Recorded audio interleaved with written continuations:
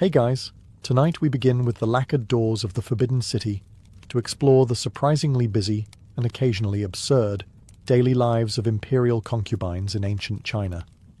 So before you get comfortable, take a moment to like the video and subscribe, but only if you genuinely enjoy what I do here. And let me know in the comments where you're tuning in from and what time it is for you.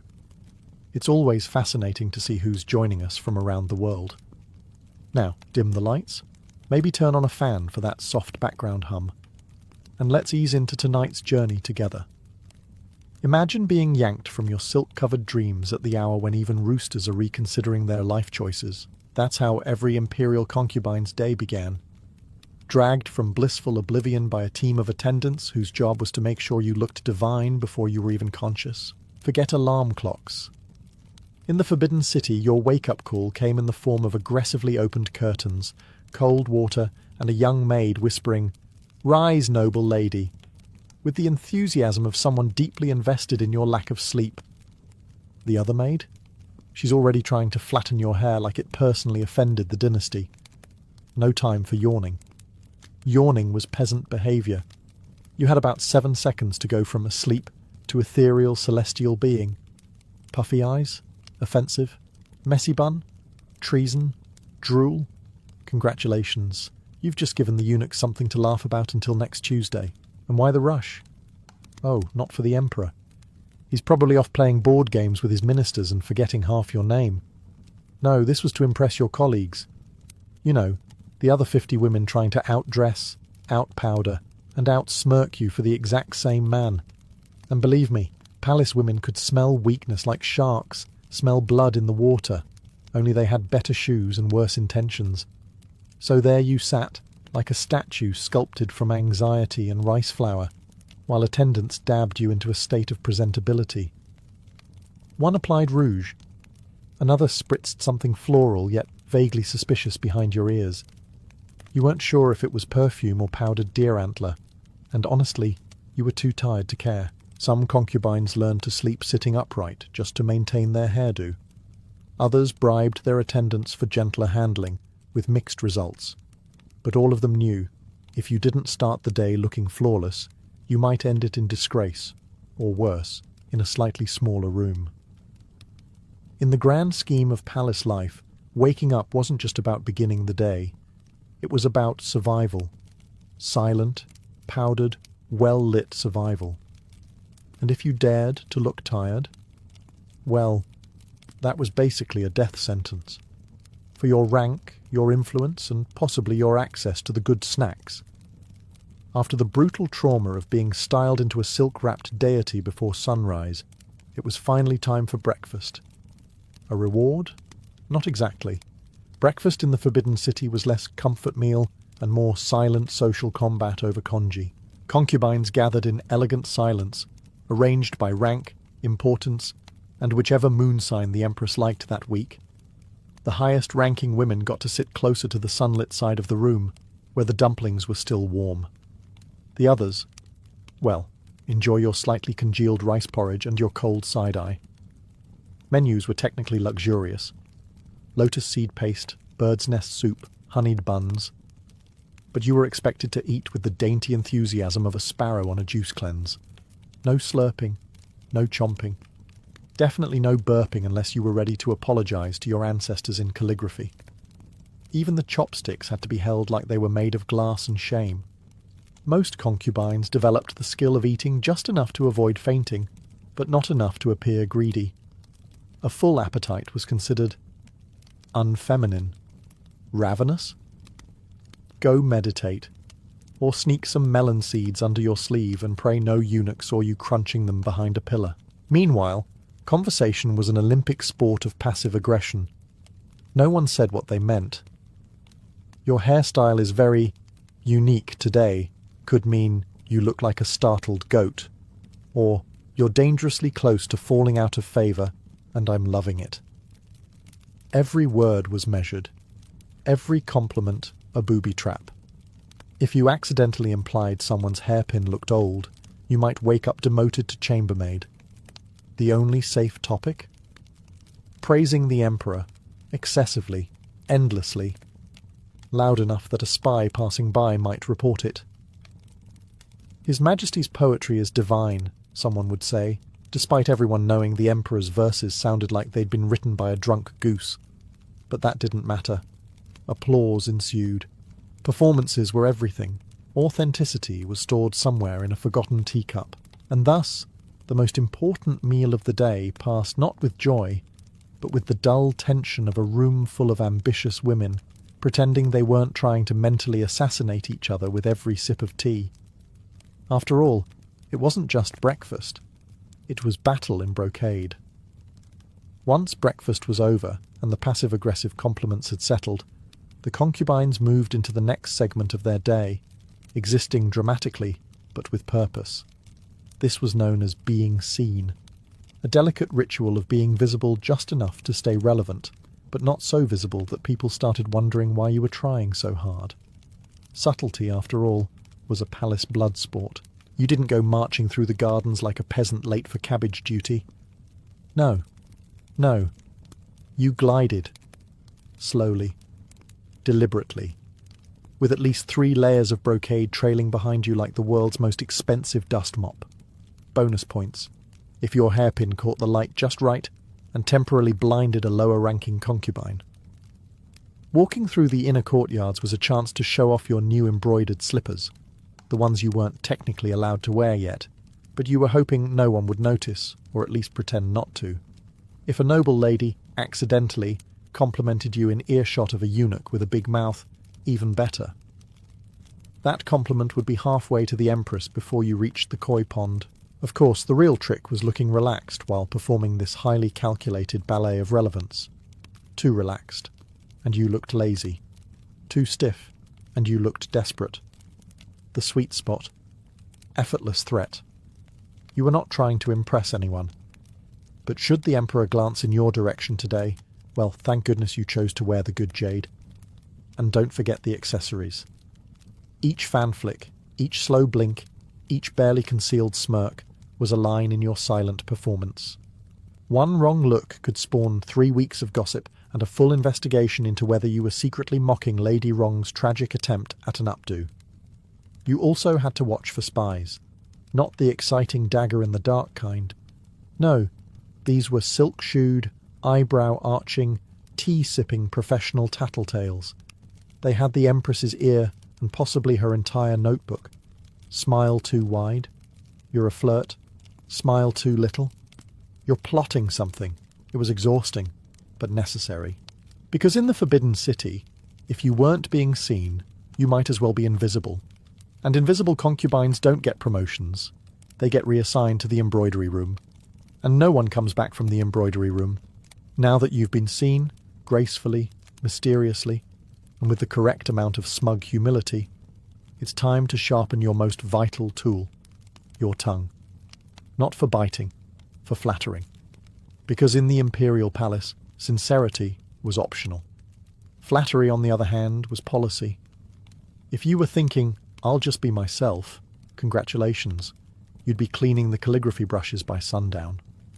The successful concubine understood that truth was for scholars.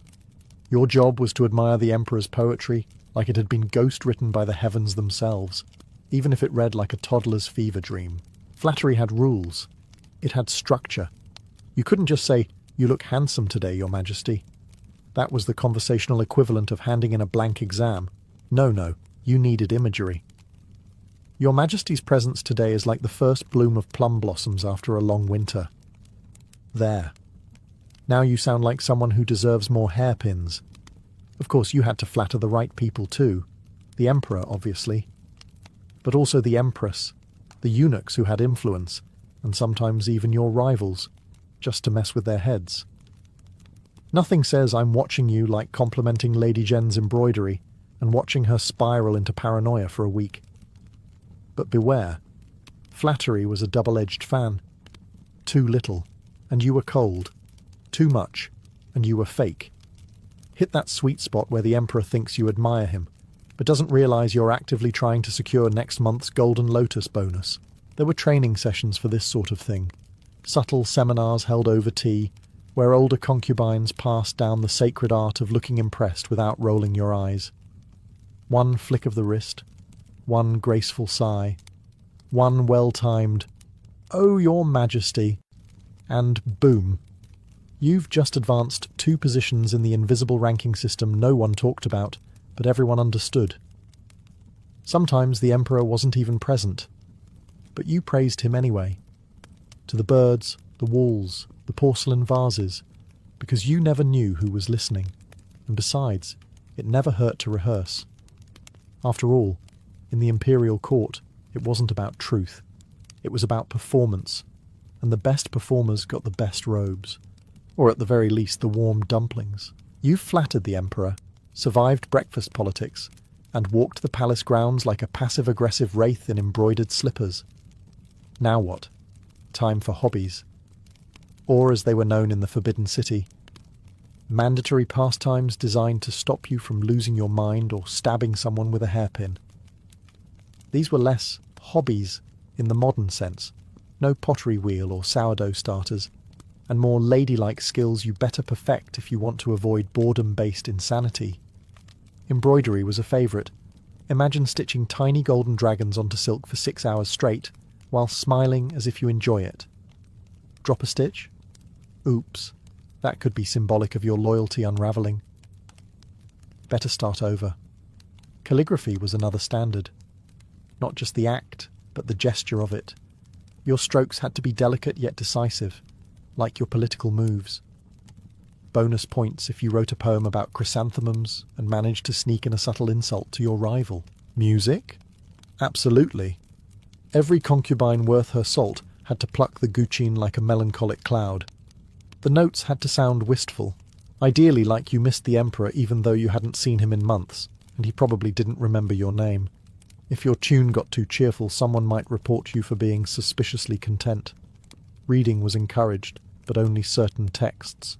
No scandalous romances, no manuals on political theory, just Confucian classics and moral parables where the women were all either dutiful or dead, sometimes both. You were supposed to read these and then reflect on how you, too, could become a virtuous footnote in someone else's biography. Some concubines got clever. They turned their hobbies into performance art, a brushstroke that resembled a phoenix. That meant rebirth, as in, "I'm rising in favour, Lady Wrong, so enjoy that cold corner of the tea room while you can." It was all in the nuance. Of course, many concubines pretended to enjoy these hobbies more than they did. But deep down, they all knew the truth. Hobbies were just royal waiting rooms with fancier cushions. You weren't creating. You were killing time. Artistically, of course. Because at the end of the day, the best you could do was stay busy, stay graceful, and pray the Emperor got bored enough to come looking for you.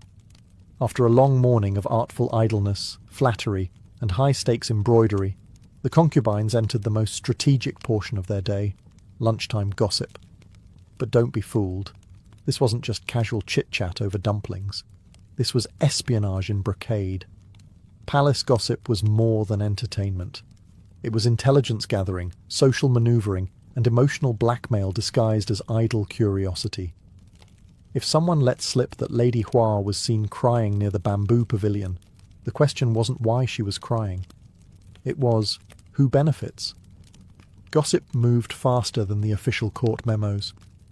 Eunuchs, maids, and lower-ranked concubines made excellent couriers. One whispered suspicion in the East Wing could be fully weaponized by tea time in the West Courtyard. If you heard someone say, "I probably shouldn't be telling you this," it meant they'd already told 3 other people and were just warming up. The gossip itself was a buffet of scandal: whose hairpin was found in which corridor, who fainted unexpectedly during music practice, and who was looking pale, a delicate euphemism for possibly pregnant, sick, or plotting something nefarious. Sometimes all 3. But gossip wasn't just about others. You had to manage your own narrative. Spread the right rumours about yourself, and suddenly you were mysterious, favoured, or deeply poetic. Spread the wrong ones, or worse, none at all, and you became forgettable. Which, in palace terms, was just a polite way of saying next in line for obscurity. Some concubines played the game like masters. They planted false stories just to watch others panic. One concubine reportedly started a rumor about her own exile, just so she could return unexpectedly and bask in the dramatic attention. That's not gossip, that's performance art. But gossip came with risk. If your name appeared in the wrong whisper chain, you could be summoned for questioning faster than you could say, "I swear I was only quoting Lady Ping." Denial only made it worse. The best tactic was wide-eyed innocence paired with subtle retaliation, usually via embroidered metaphors or suspiciously generous compliments. Because in the end, gossip wasn't just survival. It was a test of your memory, your wit, and your ability to smile while someone tried to ruin you over steamed buns.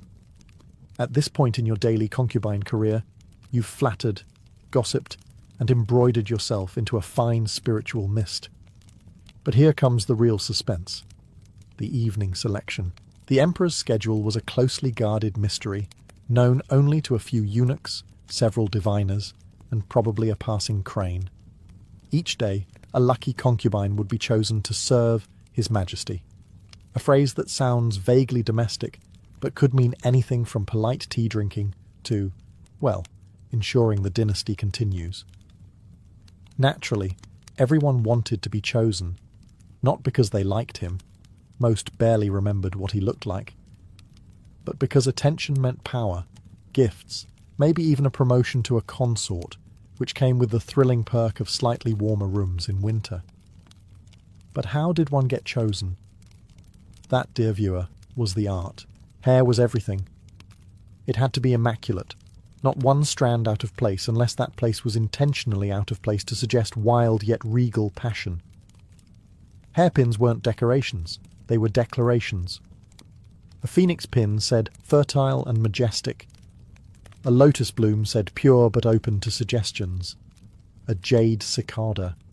Honestly, no one knew what it meant, but Lady Wen wore it once and got summoned twice in 1 week.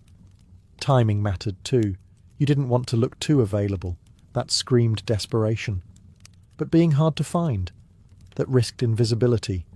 The goal was to appear serenely busy, just as the eunuch passed by. Not rushed, not idle, just coincidentally breathtaking. There were whispers that some ladies bribed the eunuchs to have their names pushed forward. Others fasted for 3 days to look ethereal. One ambitious soul even claimed she saw a shooting star and interpreted it as a divine invitation. She wasn't chosen, but she did start a minor trend. Most evenings ended in disappointment. For every summoned concubine, 10 others smiled politely, removed their dragon earrings, and tried not to look like they were about to scream into a silk pillow. Again. But hope was resilient. Tomorrow, maybe you would be the one. Or not. In the Forbidden City, patience wasn't just a virtue, it was a job requirement. Congratulations, you've been selected.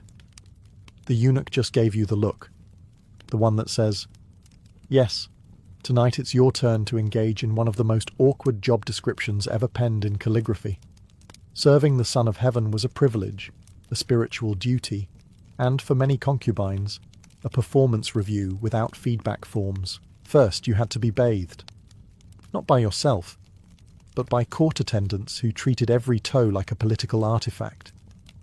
You were scrubbed, perfumed and powdered until you looked less like a human and more like a porcelain gift to the empire. Hygiene wasn't just about cleanliness. It was about symbolic purity and also, let's be honest, damage control in an age before deodorant. Then came the wardrobe. You didn't just slip into something comfortable. You were dressed in layers of robes so elaborate that moving your arms became an interpretive dance. Your hair had to be perfect. Your scent? Subtle but assertive. Your expression? One of serene readiness, like someone about to host a dinner party they didn't plan. Now, the journey to the Emperor's quarters. You weren't allowed to walk. That would be too dignified. Instead, you were carried on a blanket. Yes, truly. A small group of eunuchs hoisted you up like an awkward, nervous ham and transported you across the palace grounds. It was symbolic. Of what? Submission? Grace? and possibly absurd logistics. Once inside the imperial bedchamber, protocol demanded extreme composure. You weren't to speak unless spoken to, no eye contact unless invited, and absolutely no falling asleep before His Majesty did, which could be challenging if the Emperor was the kind of man who wanted to discuss celestial alignments for an hour before getting to business. And the act itself? Let's just say expectations were high and the room cold. Afterwards, you weren't just dismissed. You were catalogued. Palace staff kept meticulous records of which concubine was summoned on which day, not for gossip, but for genealogy. If a baby appeared 9 months later, they needed to know who to give the "congratulations, you're elevating your family forever" sash. So yes, bedroom etiquette wasn't just pillow talk. It was dynasty management with mood lighting. So, you've spent the night in the Emperor's chambers. Congratulations, or condolences, depending on how things went. Either way, the palace wakes early, and so must you, even if your spine is now shaped like a question mark from sleeping on an imperial lacquered platform bed designed more for aesthetics than human vertebrae. The first order of business? Tea. Lots of it. Not because you're particularly thirsty, but because tea gave you something to do with your hands, while every other concubine subtly stared at you like cats at a closed door. You've gone from one of us to that one, at least for today. The tea room was where strategy resumed. You were expected to appear refreshed, glowing, and preferably not limping. Even if His Majesty simply asked about the weather and fell asleep mid-sentence, you had to exude the air of a woman who had personally saved the dynasty. The trick was to smile just enough to be mysterious, but not enough to suggest you were rubbing it in. And while you sipped your tea with practiced detachment, the real court sport began, decoding your appearance. Was your hair slightly tousled? Deliberate or genuine? Did you receive a hairpin gift? Was it gold or just heavily polished bronze? Was there a new bracelet on your wrist? Or worse, a lack of jewellery, which could mean either extreme favour or extreme disappointment? No one asked directly, of course. That would be uncouth. But they all watched. Closely. The concubines weren't the only ones interested. The eunuchs took notes, the Empress's spies took better notes, and the head of the Bureau of Ceremonial Accounting, a real job title, ensured the encounter was logged in the official records, should a baby conveniently arrive in 10 moon cycles. And if you were pregnant? Well, now you were a state asset. But if not, which was statistically likely, the morning after was a return to normalcy. The pedestal was temporary. The glares, however, lasted all week. So you smiled, nodded, accepted a suspicious compliment about your complexion, and prepared for another day of waiting, whispering and politely trying not to go insane. Once you've spent a night with the Emperor and survived the morning tea gauntlet, congratulations. You're officially a threat. Not to the throne, of course. Just to the delicate egos of 100 other women who have also memorized the Book of Etiquette and know 37 ways to express contempt using only a fan. You see, life in the harem wasn't one long beauty pageant. It was a cold war with rouge. Every concubine had ambitions, family pressures, and a firm belief that she was destined to rise above the rest. Naturally, things got poetic, literally. Weaponized poetry became the chosen medium of subtle attack. Because why throw hands when you can throw a verse that questions your rival's virtue using flower metaphors? Let's say Lady May started gaining attention. Suddenly there'd be a poem circulating in the courtyards about a withering lotus blooming far too frequently under the moonlight. Subtle, cruel, and somehow allowed under palace guidelines. These verses were recited casually at tea, embroidered into handkerchiefs, or conveniently forgotten on silk scrolls near important corridors. Public burn, private delivery. No confrontation, just whispers, side eyes, and a shared appreciation for literary backstabbing. Some concubines, especially the more experienced ones, specialized in praise that felt like poison. Your robe is so bold for this lighting. Only someone with true confidence would dare. It's so admirable how you still use rouge from the southern provinces. so vintage. Of course, it wasn't all about words. Gifts were another way to stake your claim. If the emperor gave you a necklace, you wore it everywhere, even during calligraphy practice. If he gave you a rare peach, you casually held it while watching a rival eat a standard pear. And while the empress rarely descended to this level, she had her own arsenal. Icy nods, last-minute demotions, and the occasional reassignment to a more peaceful palace wing. A euphemism for social exile and boredom. But through it all, the rules remained. No open fighting, no shouting, and absolutely no staining the silks with your tears. Rivalry was an art, and like all palace arts, it had to be beautiful, bloodless, and absolutely devastating. When you live in a palace full of politically motivated women and watchful eunuchs, there are only two acceptable coping mechanisms: embroidery and supernatural paranoia. Unsurprisingly, the latter was more entertaining. The Forbidden City was a swirling vortex of omens, dreams, and celestial warnings. A cat sneezed near the imperial koi pond. That was a sign. Your candle flickered while you were thinking bad thoughts about Lady Shu. That meant the ancestors were judging you. Found a red feather in your rice. Definitely witchcraft. Or a rooster. Either way, ominous. Concubines weren't just women trying to climb the political ladder. They were part-time oracles.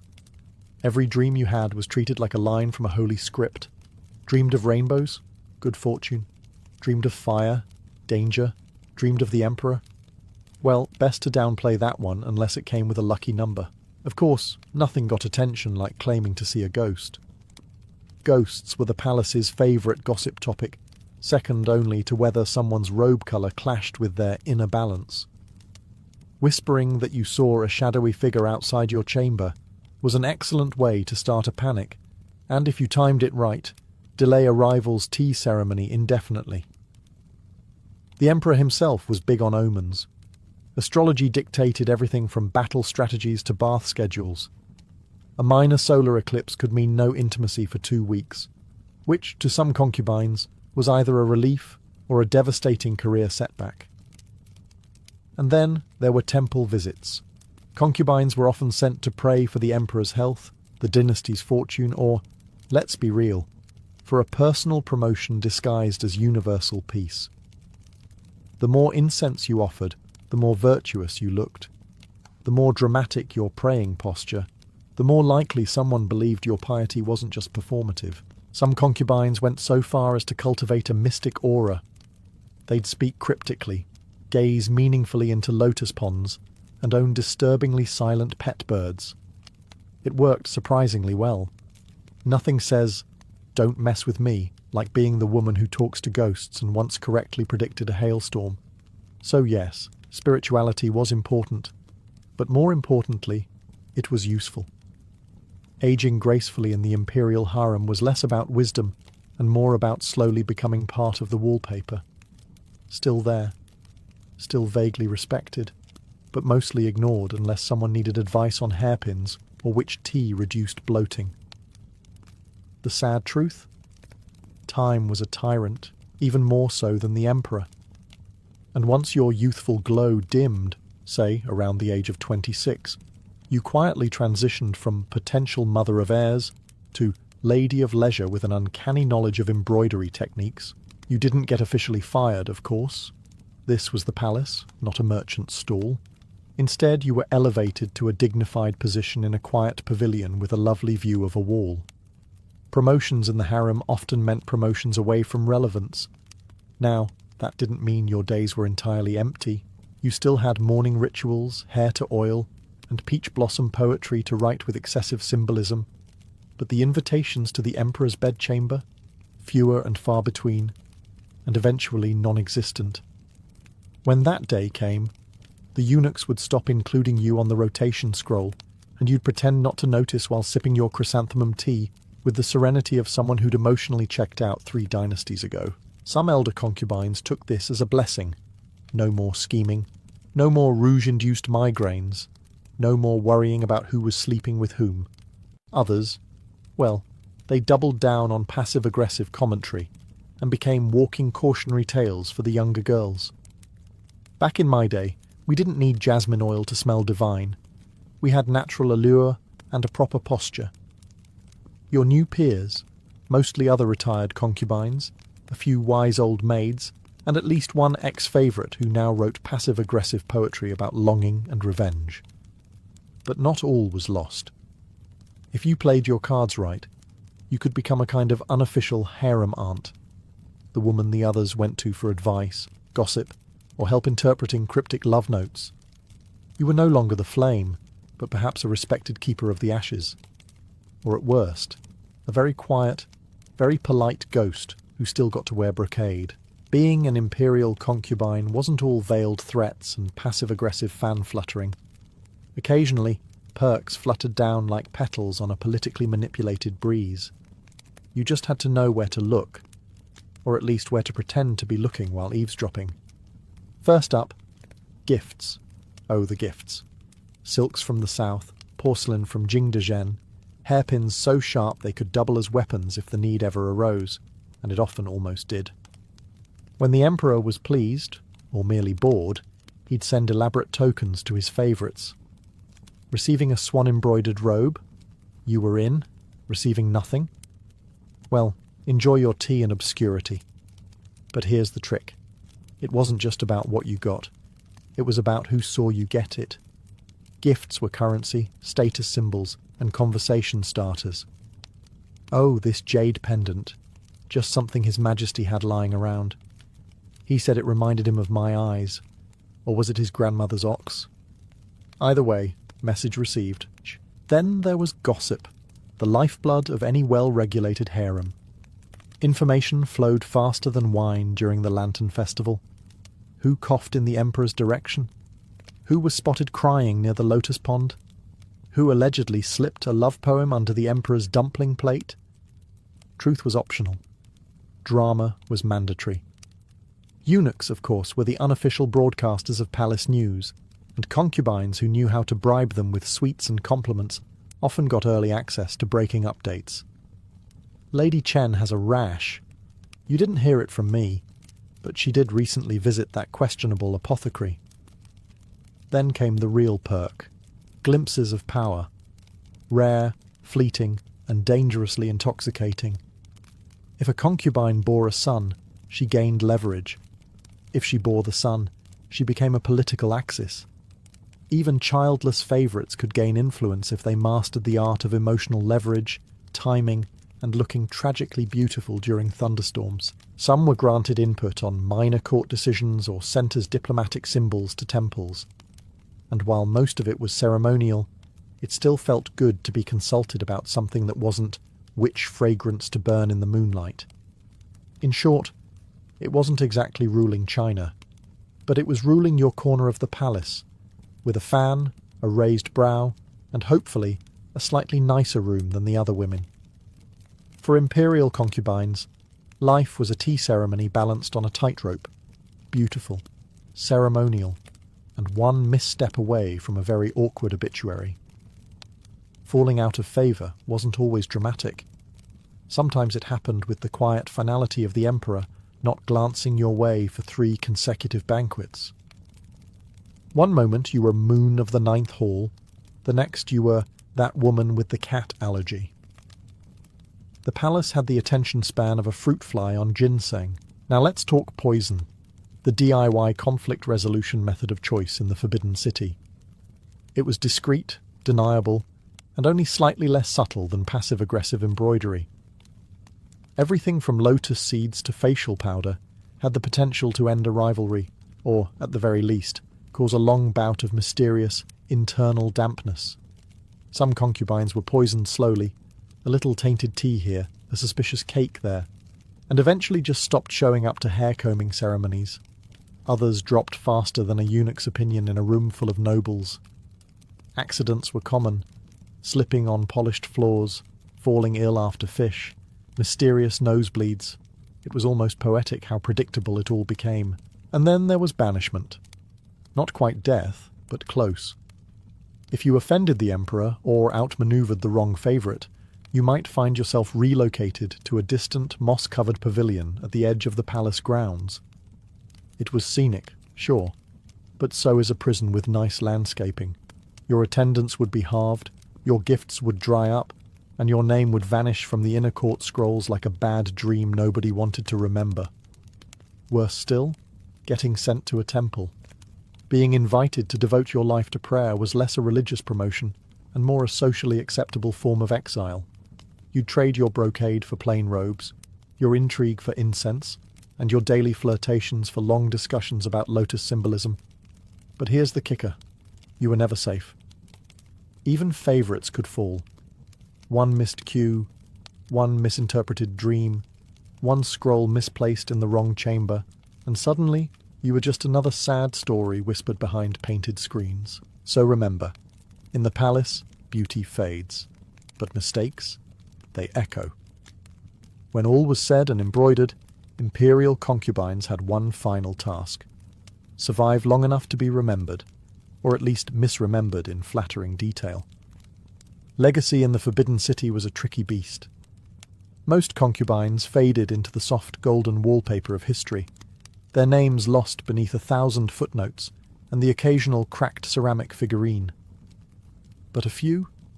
Oh, they lived on, through gossip, legend, and memoirs written suspiciously well for women who allegedly weren't allowed to learn how to write.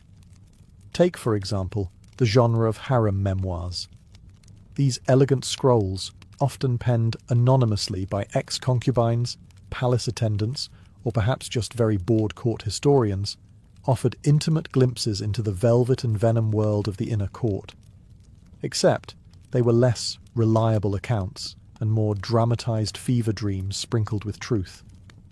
Some memoirs spoke of secret romances and midnight strolls under the lanterns. Others detailed elaborate schemes involving poisoned dumplings and cryptic flower arrangements. And while most of it sounded like a cross between a soap opera and a Confucian cautionary tale, the point was clear. Being remembered was the ultimate revenge. Concubines who bore imperial sons had a better shot at legacy, of course. Their names appeared in genealogies, temples, and, if they played their cards right, on the occasional lacquered plaque. Others achieved fame simply by refusing to die quietly. A dramatic scandal, a poetic suicide, or a suspiciously convenient illness? That could land you a place in history faster than 100 silk robes. But sometimes, legacy meant becoming a cautionary tale. Don't be like Lady Lin, who argued with the Empress over a hairpin and ended up in a temple with only one servant and a mild goose allergy. These stories were shared over teacups, whispered through generations, and subtly weaponized by mothers-in-law across dynasties. In the end, for every remembered concubine, there were hundreds more who drifted away like incense smoke, briefly fragrant, quickly forgotten. But if you're hearing this story tonight, perhaps one or two of them succeeded. They slipped through the cracks of silence, flung open the silk curtains of time, and said, "Hey, I existed, and I had opinions." In the early years of the 17th century, Kyoto was still the refined capital of courtly traditions, where poetry readings, tea ceremonies, and the serene stillness of no theatre held cultural dominance. Into this world of dignified restraint walked, or rather danced, a woman who would shake the very foundations of Japanese performance art. Her name was Okuni, a shrine maiden from Izumo, and she was about to create something so wildly different, so colourful, and so provocative that it would scandalise the elite and captivate the masses in equal measure. Okuni began performing along the dry riverbeds of the Kamo River, a spot where commoners and merchants gathered for entertainment. Her dances were nothing like the rigid elegance of No. They were flamboyant, filled with exaggerated gestures, witty dialogue, and an unashamed flirtation with the audience. She wore dazzling costumes, often mixing male and female garments in bold, playful combinations, and she infused her performances with satire, poking fun at priests, warriors, and even the aristocracy. The appeal was immediate. Crowds swelled, drawn not only by the novelty of Okuni's style, but also by the subversive energy she brought to the stage. She recruited other women, many of them from backgrounds that society liked to keep hidden in the shadows: entertainers, courtesans, and women who knew how to command attention. This early form, known as honor kabuki, or women's kabuki, quickly became famous for its sensuality, humor, and irreverence. But in the highly regulated society of the Edo period, where the Tokugawa shogunate sought to control public morality, such performances didn't sit well with the authorities. The shogunate feared that the mingling of actors and audience, often in ways that extended beyond the performance itself, would disrupt public order and corrupt moral values. And they weren't entirely wrong. Kabuki was as much a social hotspot as it was a theatrical experience. By 1629, the government took the predictable step of banning women from performing altogether, citing immorality. But instead of killing kabuki, the ban transformed it. Young boys began taking the stage in wakashu kabuki, imitating the women's style with equally elaborate costumes and makeup. This, however, only led to further scandal, but that's a story for the next chapter. In that brief period before the ban, Okuni's kabuki was a revolution, a vivid explosion of colour, satire, and theatrical daring in a world that had been content with quiet, ceremonial art. She may not have known it, but she had just set in motion an art form that would define Japanese theatre for centuries. When the Tokugawa shogunate banned women from the kabuki stage in 1629, it seemed on paper like a decisive way to curb the immoral energy of Okuni's legacy. In practice, it was like trying to stop a river with a paper fan. The public's appetite for kabuki was already insatiable, and entrepreneurs weren't about to let a little government decree ruin a thriving business. Their solution: replace the actresses with handsome adolescent boys, wakashu, trained to imitate the elegance, flirtation, and charisma of the original female performers. Wakashu kabuki quickly exploded in popularity. These young actors wore the same dazzling costumes, painted their faces with the bold makeup that was becoming a kabuki trademark, and adopted the same exaggerated gestures and coy expressions that had enchanted audiences in Okuni's day. But there was a twist. Their performances often carried a sharper, more playful energy, and their beauty attracted not only female admirers, but also a significant number of male patrons. The result? Kabuki became even more scandalous than before. Theatres turned into social melting pots where samurai, merchants, artisans, and townsfolk mingled in the charged atmosphere. And while the plays were the main attraction, everyone knew there was just as much activity happening behind the stage curtains. The government's worst fears, that kabuki was blurring the lines between art, seduction, and outright vice, were coming true all over again. The shogunate responded in 1652 with yet another ban, this time on wakashu actors. But instead of killing the art form, it evolved once more. The next phase, yaro kabuki, replaced the boys with adult men who would specialize in two distinct roles: onagata, men who played female characters with stylized grace, and tachiaku, actors portraying strong male leads. This innovation not only saved kabuki but also gave it one of its most iconic traditions: male actors performing every role on stage, a practice that continues in kabuki today. Still, the wakashu era left its mark. It cemented kabuki's reputation as a theatre of glamour, beauty, and social daring. The bold colours, the intricate costumes, and the charged interactions between performers and audience became permanent fixtures. It also proved something the authorities would never quite learn. Every time they tried to suppress kabuki, they only made it more intriguing. By the end of this turbulent transition, kabuki was no longer just an entertaining diversion. It was a cultural battleground, testing the limits of art, morality, and the shogunate's control. And it was only just getting started. With the wakashu ban in place and adult men now dominating the kabuki stage, the art form entered a phase of reinvention. The most striking development was the rise of the onagata, male actors who specialized in playing female roles. Far from being a clumsy imitation, onagata performance became a highly disciplined craft. These actors studied the subtleties of feminine movement, the tilt of the head, the glide of the feet, and the way a hand might hover over a fan before opening it. Their goal wasn't to convince the audience they were women, but to embody an idealized, stylized vision of femininity, one that existed only in the heightened reality of kabuki. The onagata also transformed costuming and makeup. Layers of silk kimono in vibrant colors were paired with elaborate wigs, some so heavy they required assistance to help the actor move gracefully. Makeup became symbolic rather than realistic. Pale white faces, delicate red accents around the eyes, and subtle hints of pink to suggest youthful beauty. Every choice, from the width of a sleeve to the angle of an eyebrow, carried meaning. Meanwhile, the male leads, or tachiyaku, developed their own conventions. They stood firm and projected strength, speaking in bold, rhythmic patterns, often accompanied by dramatic stamping of the feet. The contrast between onagata grace and tachiyaku force created the dynamic tension that defined kabuki's theatrical style. This was also the period when kabuki began codifying its gestures and movements into kata, precise, repeatable forms. A turn of the head, a sudden pause, or a freeze-frame pose, at the height of drama, became signals to the audience, telling them exactly when to gasp, cheer, or shower the stage with paper fans in appreciation. These were not natural movements.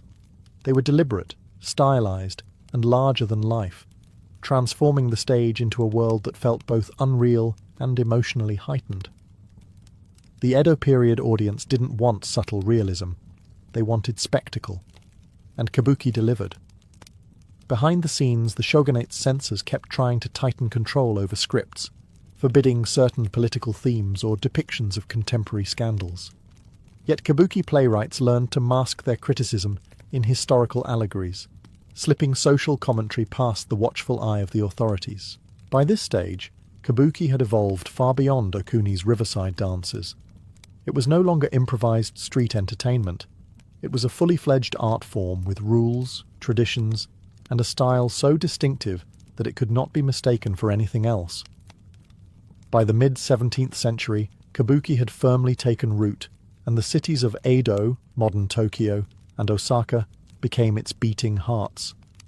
This was the era when permanent theatres replaced makeshift riverbank stages, transforming kabuki from a wandering spectacle into an established cultural institution. In Edo, massive venues like the Nakamura-za, Ichimura-za, and Morita-za competed fiercely, each trying to outdo the other with grander productions, more famous actors, and ever more elaborate stagecraft. These theatres were not just places to watch a play, they were social events in themselves.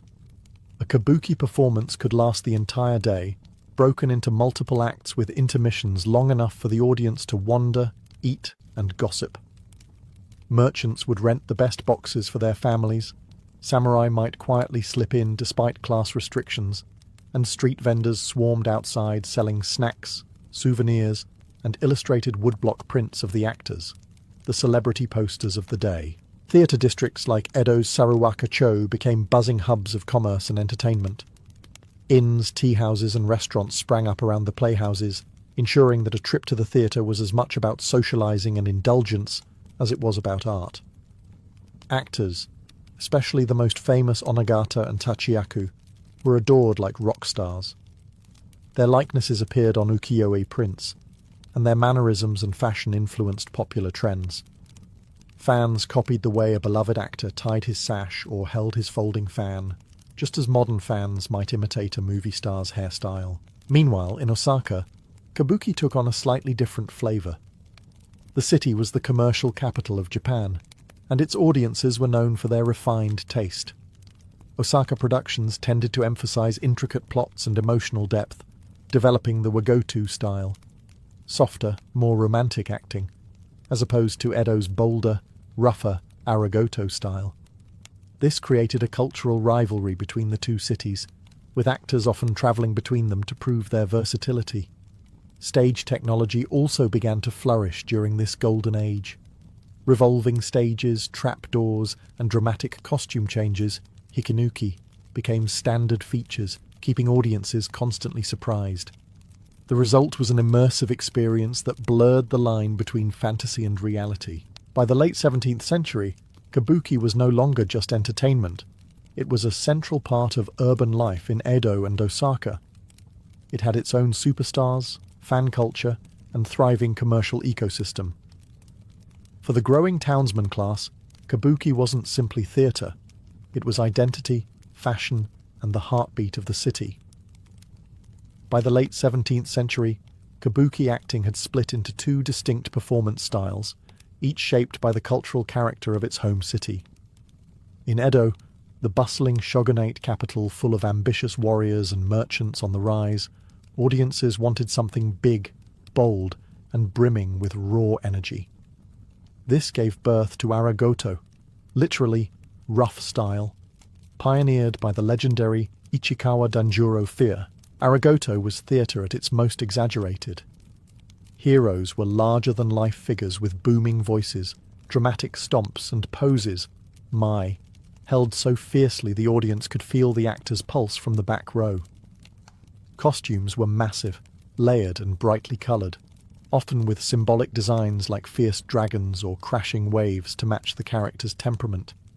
Thick, bold Kumadori makeup transformed actors into living masks, with red lines to signal courage, blue for villainy, and black for supernatural beings. It was kabuki as a living woodblock print, a style meant to shock and awe. Meanwhile, down in Osaka and Kyoto, a different taste was emerging. Merchants there, with their appreciation for refined manners and subtler storytelling, gravitated toward wagoto, the soft style, championed by Sakata Tojuro III. In wagoto, heroes were gentle, romantic, and often flawed, drawn into love affairs, misunderstandings, and moments of vulnerability. The acting emphasized naturalistic movement, softer voices, and emotional nuance rather than sheer spectacle.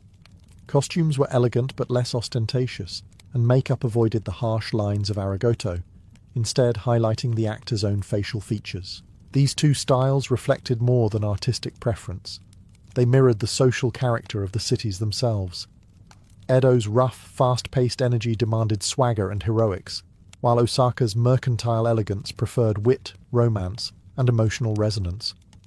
For audiences, the distinction became part of the fun. An Edo theatre-goer might cheer for a roaring Aragoto warrior, while an Osaka fan would sigh over a tragic Wagoto lover.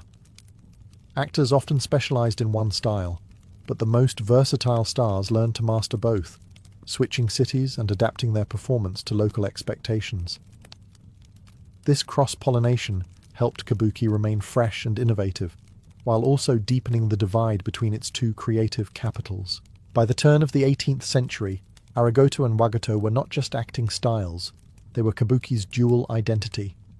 Together, they gave the art form a dramatic range that could move an audience to thunderous applause one night and quiet tears the next, ensuring kabuki's appeal across the entire spectrum of Edo period society.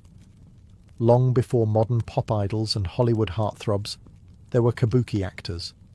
And in the Edo period, they were nothing short of gods among men. These performers weren't just known, they were worshipped.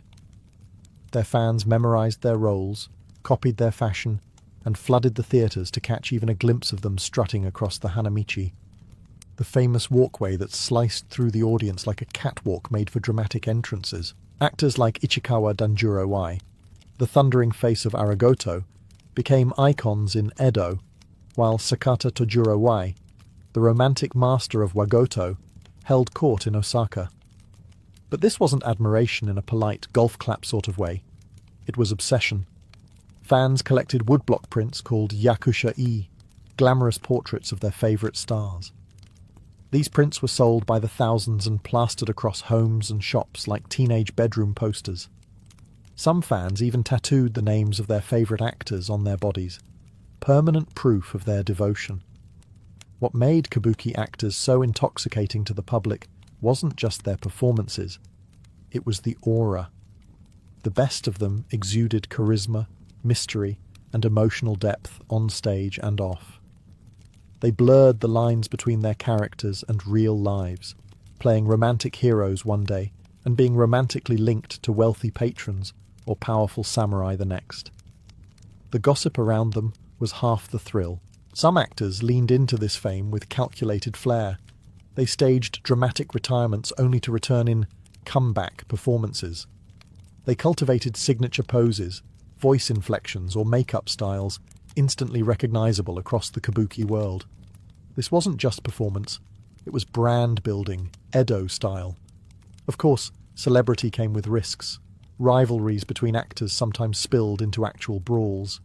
Fan clubs, yes, those existed, occasionally clashed over seats or actor loyalty. And scandals were inevitable. Affairs with high-ranking samurai, involvement in illegal gambling rings, or backstage betrayals could ignite public frenzy and government scrutiny. Still, the kabuki actor's status as a public figure was unlike anything else in Edo society. Unlike samurai or nobles, kabuki stars earned their fame through talent, charisma, and sheer theatrical magnetism. They were walking contradictions, adored by the people, distrusted by the authorities, and impossible to ignore. In a society where most people's lives were tightly controlled by class and convention, kabuki actors offered a glimpse into something freer, more glamorous, and undeniably human. They weren't just performers. They were living legends, and the public couldn't get enough. If you thought kabuki actors were just up there for the drama, think again. The visual spectacle was half the thrill. From the moment an actor stepped on stage, every thread of silk and smear of paint carried meaning. In fact, kabuki's visual design was so loud, so symbolic, and so precise that it could practically scream across the room without a single word. Let's start with the costumes. These weren't just clothes. They were walking fireworks.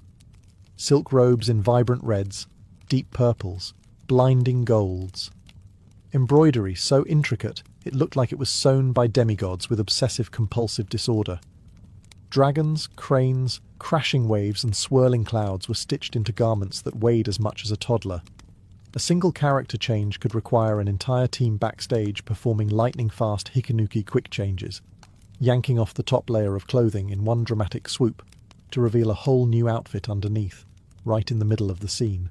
Then came the makeup, known as kumadori. This wasn't subtle contouring. It was war paint. Thick white foundation blanketed the actor's face, with sharp, expressive lines drawn in vivid colours depending on the character's type. Red meant power and virtue. Blue signalled villains, ghosts, or emotional distress. Brown could mean supernatural strength. These designs weren't meant to make the actor look human. They were symbols made flesh. You didn't just see the hero or the demon. You read it on their face like a scroll. And let's not forget the wigs, which could be so elaborate they deserved their own billing. Towering top knots, flowing tresses, or tightly coiled buns, all designed to move with the actor's performance. Certain wigs were engineered for dramatic reveals or transformations, turning a peasant into a princess with one theatrical spin.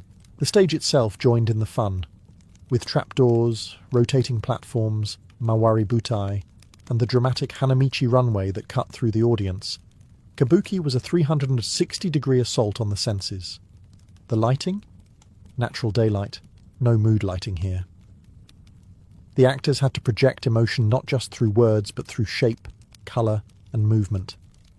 Every visual element in Kabuki was exaggerated, symbolic, and perfectly calculated. It wasn't realism, it was aesthetic storytelling, where costumes and makeup didn't just support the drama, they were the drama. In an era without CGI, Kabuki pulled off the impossible, turning silk, pigment, and wood into pure magic. Living under the Tokugawa shogunate wasn't exactly a free speech paradise. The government kept a tight grip on public behaviour, expression, and especially anything that smelled of political dissent. So, what did Kabuki do? It got clever. Really clever. Kabuki theatre didn't just survive censorship. It thrived under it by mastering the art of implication, metaphor, and historical disguise. The shogunate forbade contemporary political themes, critique of the ruling class, or anything that could stir the pot socially. So, Kabuki playwrights turned to the past. Specifically, the jidaimono, or period plays, which used historical settings to comment on current issues. It was the Edo-era equivalent of saying, "This totally isn't about the current government, it's about some samurai from 400 years ago. Promise." But the audience wasn't fooled. They knew when a nobleman's betrayal mirrored a recent scandal, or when a villain's cruelty sounded suspiciously like that of a high-ranking official. Another popular workaround was the sewamono, or domestic plays, which tackled the everyday struggles of common people. Lovers torn apart by social obligations, merchants facing corrupt officials, samurai losing their honor. These weren't explicitly political, but they poked holes in the social structure by highlighting its injustices, hypocrisies, and moral contradictions. The audience could see themselves on stage, and they could laugh, cry, or rage in recognition. Even the onagata became part of the subversion. These male actors, playing idealized female characters, often presented women as the emotional and moral heart of the story. At a time when real women were excluded from the stage, and often legally silenced, kabuki gave them voice and complexity through artifice. Was it satire? Empowerment? Both? Probably. Censorship also influenced language and symbolism. Certain phrases, gestures, or costume choices became coded messages. A cherry blossom might symbolize fleeting beauty, or the sudden fall of a public figure. A subtle change in color could signal a character's betrayal. It was a layered system, and savvy audiences knew how to read between the lines. Government censors attended shows, sometimes in disguise, but kabuki's brilliance was in giving them just enough plausible deniability. On the surface, it was all dancing and drama. Underneath, it was a mirror, sharp, defiant, and deeply aware. In this dance between art and authority, kabuki emerged not as a victim of censorship, but as its most creative adversary. It didn't just play by the rules, it rewrote them. As the Edo period drew to a close in the 19th century, kabuki stood tall as a cultural giant, a living chronicle of Japan's urban heart, its struggles, its laughter, and its contradictions. But it wasn't content with being a relic. Kabuki endured, transformed, and eventually earned a place not just in the hearts of Edo's city dwellers, but in Japan's national identity. After centuries of innovation, scandal, censorship, and reinvention, kabuki had developed a complex grammar all its own, a language of movement, makeup, costume, and music that defied easy imitation. When Japan opened to the West during the Meiji Restoration in the late 1800s, some elites tried to push kabuki aside in favor of modern Western-style theatre. But kabuki didn't flinch. Instead, it dug in its heels, doubled down on tradition, and proved itself resilient, refusing to be replaced by powdered wigs and violin solos. Actors became cultural ambassadors. Iconic families like the Ichikawa and Nakamura dynasties continued to pass down roles through generations, keeping kabuki's legacy alive. Lineage mattered. A modern Ichikawa Danjuro wasn't just playing a role, he was inheriting centuries of theatrical DNA. Each performance wasn't just theatre, it was ritual, continuity, and homage. Meanwhile, efforts to preserve kabuki intensified. Classic scripts were archived, training schools were established, stage techniques were refined and systematized. By the 20th century, kabuki had not only survived modernization, it had been enshrined. The Japanese government designated it an important intangible cultural property, and UNESCO eventually recognized it as part of the world's intangible cultural heritage. But don't mistake preservation for stagnation. Modern kabuki actors continued to reinterpret roles, adjust pacing, and explore new ways to connect with contemporary audiences, all while staying true to the form.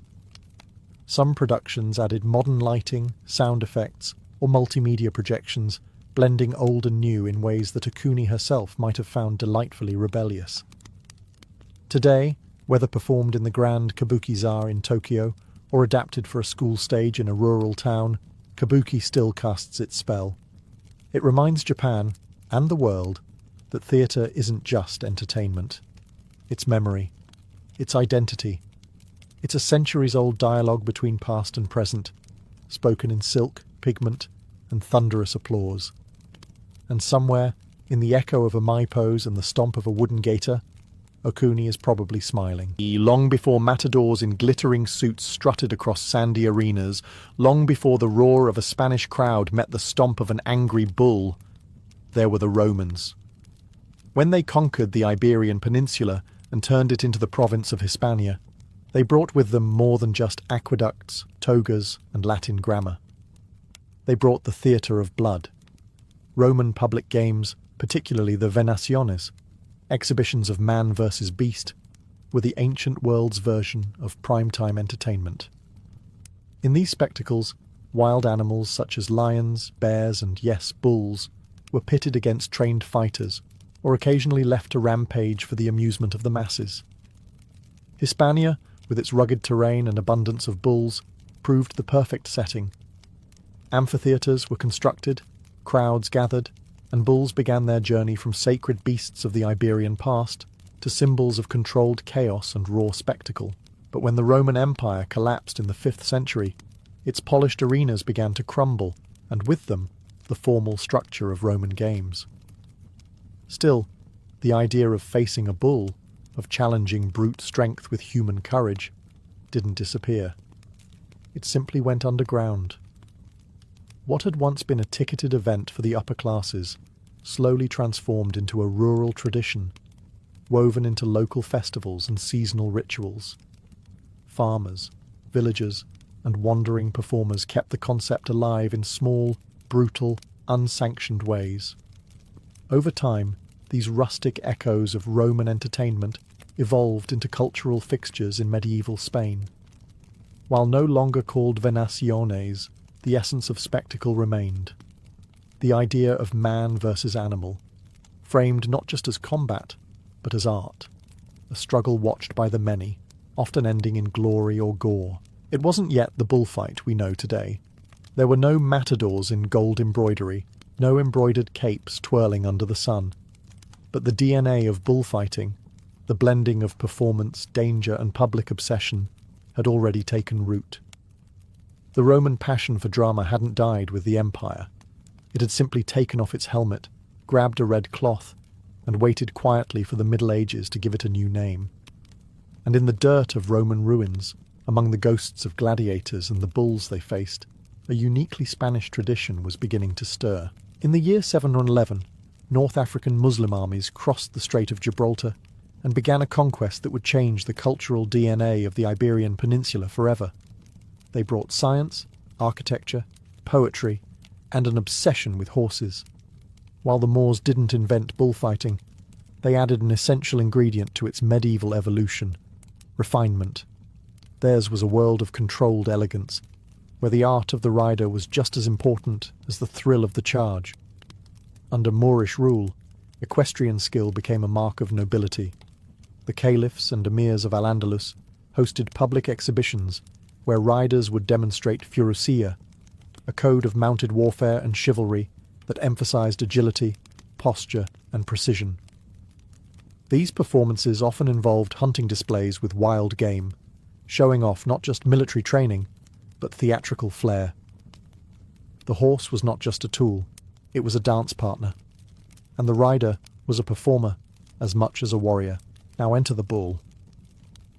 Although the Moors revered bulls in some poetic contexts, they were far more interested in showing dominance over animals rather than killing them for sport.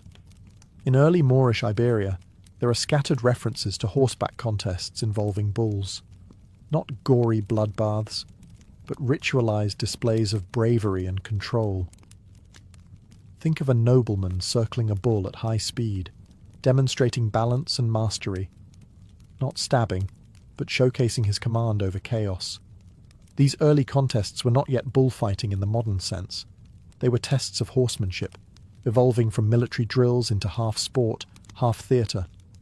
But crucially, they planted the seeds for what would later become the regionio, the horseback form of bullfighting still practiced today. Even more significantly, these events were public.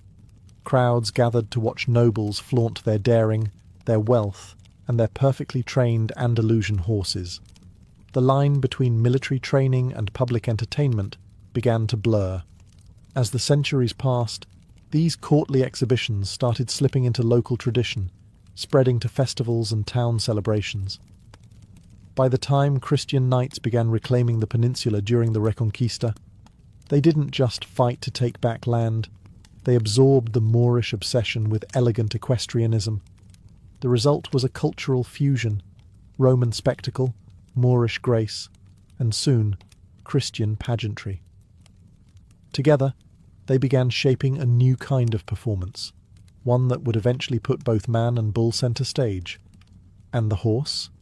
It would remain the quiet, thundering heartbeat of the arena.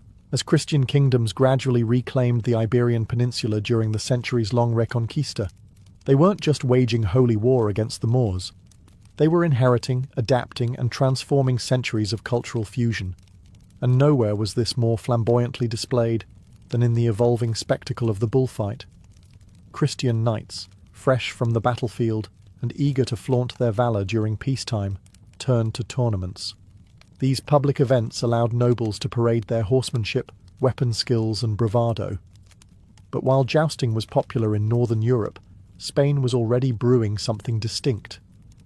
Bullfighting, or rather bull challenging, began to take centre stage. In this period, the practice was known as toreo a caballo, bullfighting on horseback.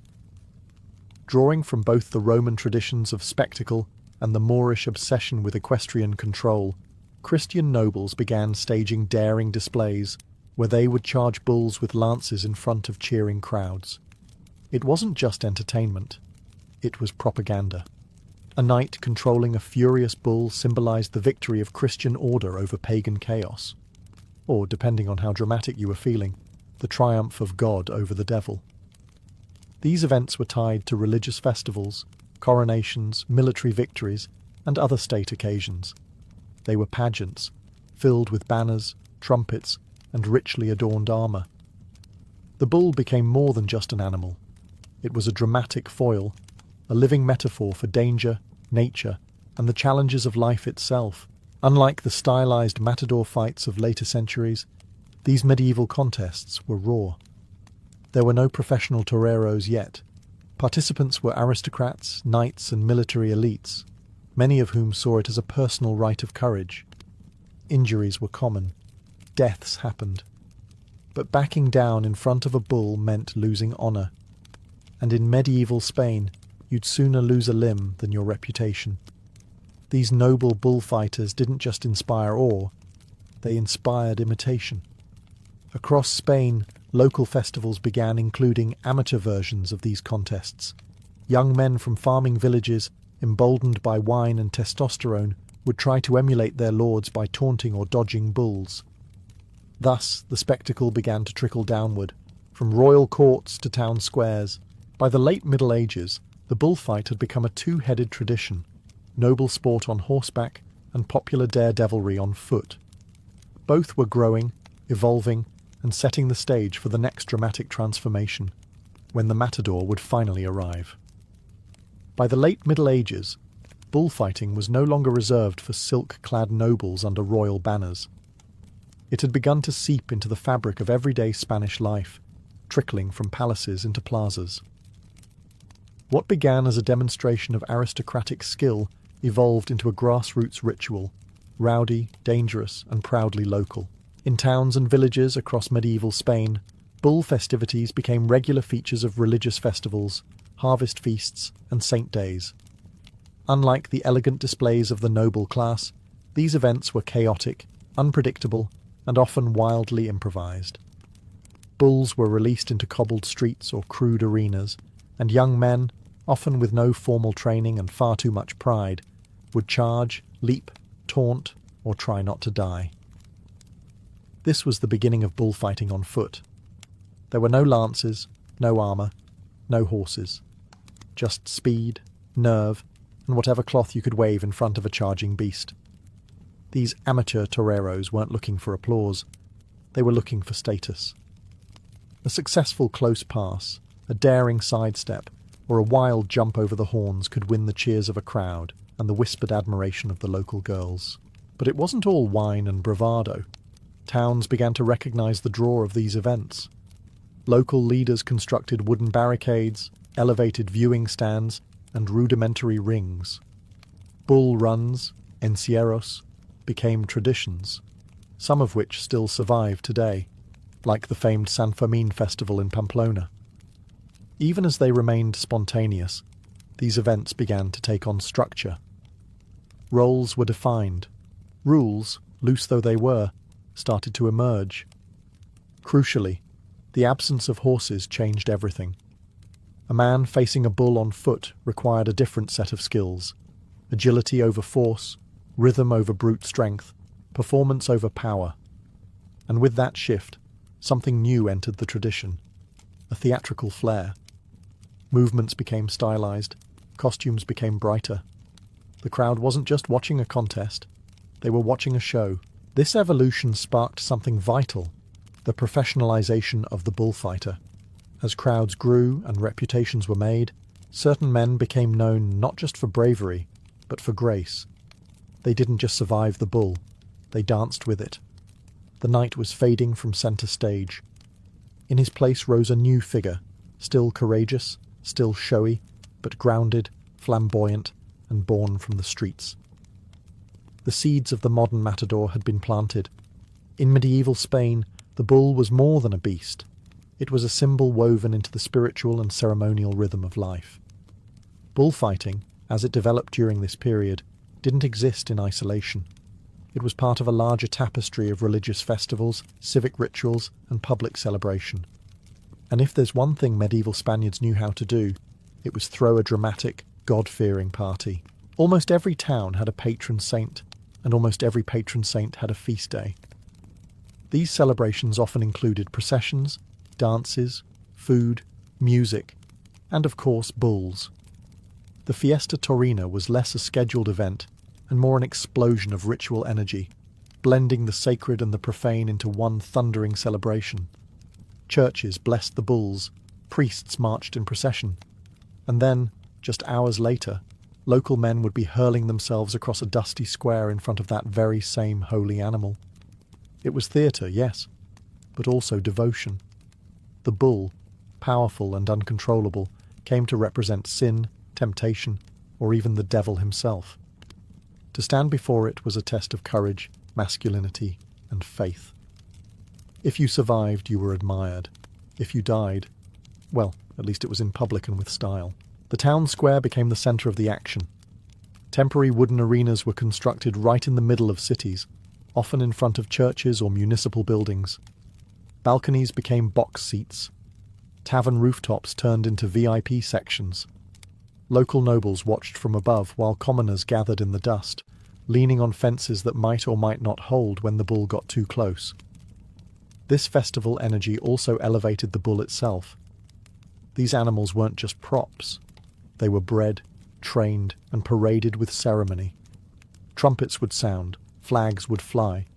The crowd would hush as the gate opened, and out came the beast, not as a victim, but as a mythic opponent. Each performance, whether bloody, farcical, or breathtaking, became part of a town's identity. Bull festivals were stories told in motion, repeated year after year, building local legends and neighbourhood pride. And as the centuries rolled on, the festival bullfight moved from chaos to choreography. A new rhythm was emerging. The street-level bravery of local heroes began to morph into something more structured, more performative, less a brawl and more a ballet. The bullfight was becoming art. By the late Middle Ages, something remarkable had happened. Bullfighting was no longer just a noble pastime or a village dare. It was evolving into a profession. And with that evolution came a new kind of figure. Not a knight in shining armour or a drunken farmhand in a linen shirt, but a trained performer, a showman, a craftsman of courage. The torero was born. The rise of professional bullfighters didn't happen overnight. It began with reputation. Certain individuals, often from humble origins, started to gain local fame for their consistent ability to face bulls on foot with elegance and control. These weren't reckless fools. They were tacticians. They understood the bull's rhythm, its tells, its patterns. They developed specific techniques, dodges, passes, feints, and gave names to each one. What was once chaos was becoming choreography. The torero wasn't just there to survive, he was there to impress. Style mattered. The way you moved, the angle of your approach, the timing of your steps, all of it became part of a growing code. And the more recognizable these techniques became, the more audiences began to expect and demand them. In short, the crowd was no longer content with luck and blood. They wanted drama. They wanted flair. They wanted technique. It was during this time that we also see the first inklings of specialized training. Young men aspiring to enter the ring would apprentice under seasoned fighters. They'd learn the craft, practice the footwork, and study the psychology of the bull.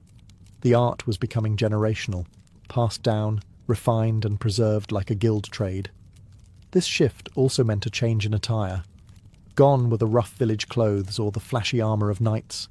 Early toreros began wearing more flamboyant costumes, influenced by both courtly fashion and theatrical design. Colour and contrast became key, not only for spectacle, but also so every movement could be seen clearly from the crowd. Clothing, like movement, became part of the performance.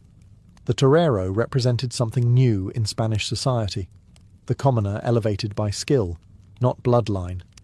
He was a man of the people, but with a touch of the divine, capable of facing death not with brute strength but with artistry.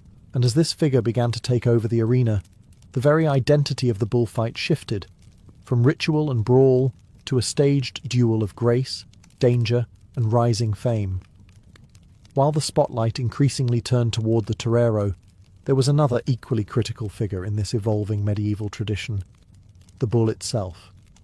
Not just any beast would do. As bullfighting grew from scattered village events to a structured, symbolic art form, the bulls had to evolve with it. That meant one thing: breeding. Selective, calculated, and deadly serious breeding. By the late medieval period, certain regions of Spain, particularly Andalusia, became known for producing bulls of exceptional size, aggression, and stamina. These animals weren't accidental champions. Breeders began focusing on specific traits: wide horns, powerful frames, and most importantly, a noble ferocity. The ideal bull didn't just charge, it performed. It moved with purpose, responded to the cape, and displayed a kind of brutal intelligence. A bull that simply ran in circles was a bore. A bull that fought back, read the matador's movements, and adapted in the arena. That was the real prize. Families began to develop bull ranches, precursors to the great ganaderias that still dominate Spanish bullfighting today. These were multi-generational efforts, with bulls raised from calves under strict supervision, their temperaments observed and tested. Not all were selected for the ring. Only the most spirited, and potentially lethal, made the final cut. Ironically, these bulls lived better than many peasants. They roamed large estates, were well fed, and kept in near-wild conditions to preserve their strength and instincts. The contradiction was poetic, a life of peace and comfort, leading to a violent, theatrical death. Breeders weren't just supplying animals, they were shaping the very identity of the bullfight. The unpredictability of the bull was part of the drama, but within boundaries. A good bull needed to be dangerous, yes, but also predictable enough for the torero to perform with grace. This balance between chaos and choreography was at the heart of the spectacle. Over time, certain bull bloodlines became famous. A ranch's reputation could rise or fall based on the performance of a single bull. Just as audiences cheered for star matadors, they began to recognize names of toros bravos, brave bulls who had earned their own kind of fame in the sand. In the growing arena of medieval Spain, the bull was no longer a mere beast. It was a character, a villain, a hero, a test of fate bred in pasture lands under the weight of centuries-old bloodlines, and destined to die beneath a flourish of cloth and applause. As the bullfight grew more organized, symbolic, and spectacular, it needed a proper home. Makeshift wooden fences and town squares weren't going to cut it forever. By the late medieval and early Renaissance periods, Spain began building purpose-designed bull rings, plazas de toros, architectural spaces crafted not just for safety, but for theatrical grandeur. And with that, the bullfight officially moved from folk tradition to national stage.